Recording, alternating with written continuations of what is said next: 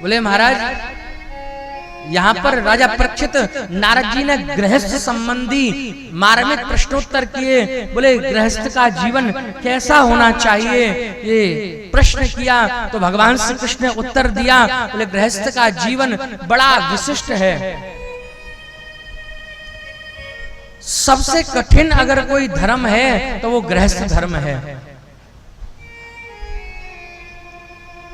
महाराज, बाल्यावस्था में हमारा जीवन 4 भागों में बटा हुआ है। कौन कौन सा?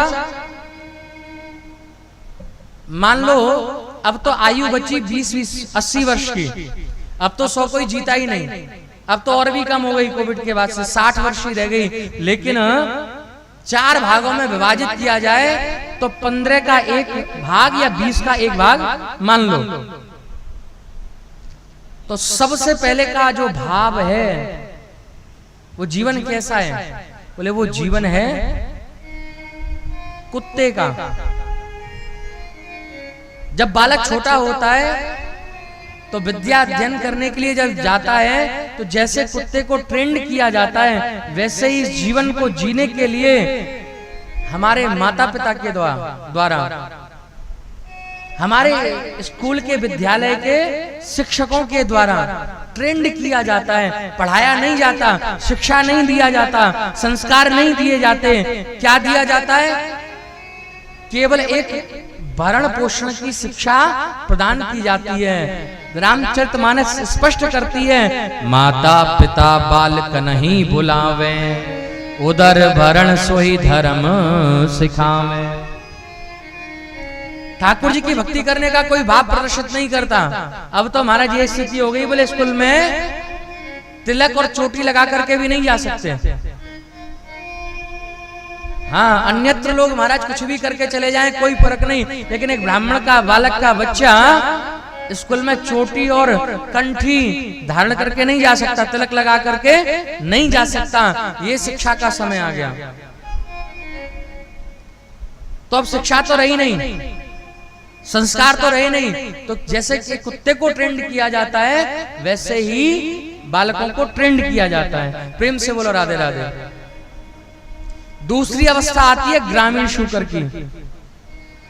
ग्रामीण शूकर क्या करता है महाराज? जगह जगह जाकर के अनुभव लेता है। जब विद्या अध्ययन हो गया तो नौकरी के लिए क्या करता है आदमी? भटकता है, व्यापार करने के लिए भटकता है, अनुभव लेता है। जैसे ग्रामीण शूकर दरवाजे दरवाजे जाकर के महाराज प्रत्येक अवस्था को देखता है, अनुभव लेता है, वैसे ये जीव भी अनुभव ग्रहण करता है। तीसरी अवस्था आती है ऊंट की। जब शादी हो गई, बच्चे हो गए, नौकरी लग गई, तो जिम्मेदारी आ गई किसकी? बोले पत्नी बच्चों की। अपना जीवन तो समाप्त हो गया। पूछ करके देखो जरा पुरुषों से क्या स्थिति होती है महाराज। बहुत ज्यादा ही कोई होंगे भाग्यवान जो हंसते हुए दिखाई दे जाएं, नहीं तो महाराज कष्ट में ही दिखाई देते हैं। क्यों? बोले जिम्मेदारी है किसकी? बोले पत्नी की, बच्चों की, कल की तैयारी करनी है। तो जैसे ऊंट के ऊपर बोझा लाद दो, वैसे बेचारा पुरुष स्त्री का भी भाव है महाराज।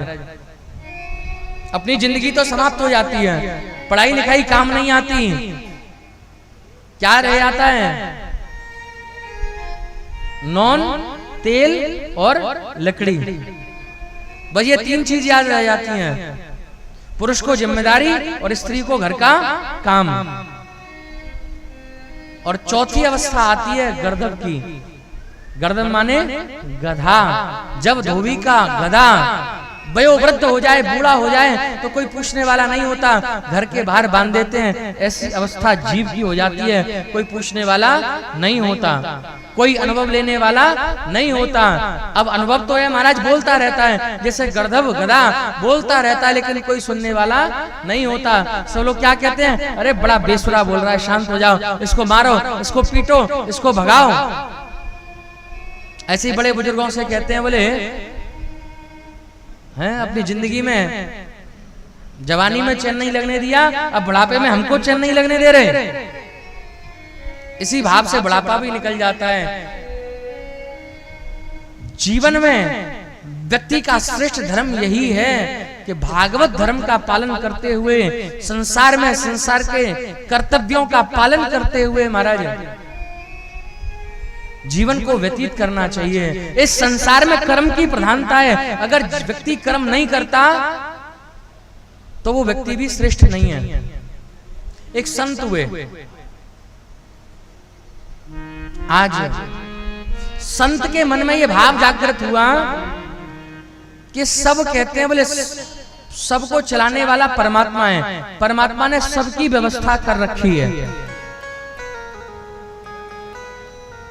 आज मैं कुछ कर्म नहीं करूंगा, मैं जरा देखूं तो सही बोले परमात्मा मेरा भरण पोषण कैसे करता है। समाधि लगा करके बैठ गए, मन में भाव जागृत हुआ, बोले परमात्मा की लीला का अगर दर्शन करना है तो कुछ विशिष्ट कार्य किया जाए क्या। तो बोले नदी में कूद करके देखता हूं कौन बचाने के लिए आता है। प्रेम से बोलो राधे राधे। नदी में कूद गए महाराज और हाथों को चलाना कर दिया बंद। बहाव तेज था, डूब गए, प्राणों का अंत हुआ। ठाकुर जी के पास में पहुंचे, कर्मों का हिसाब किताब हुआ।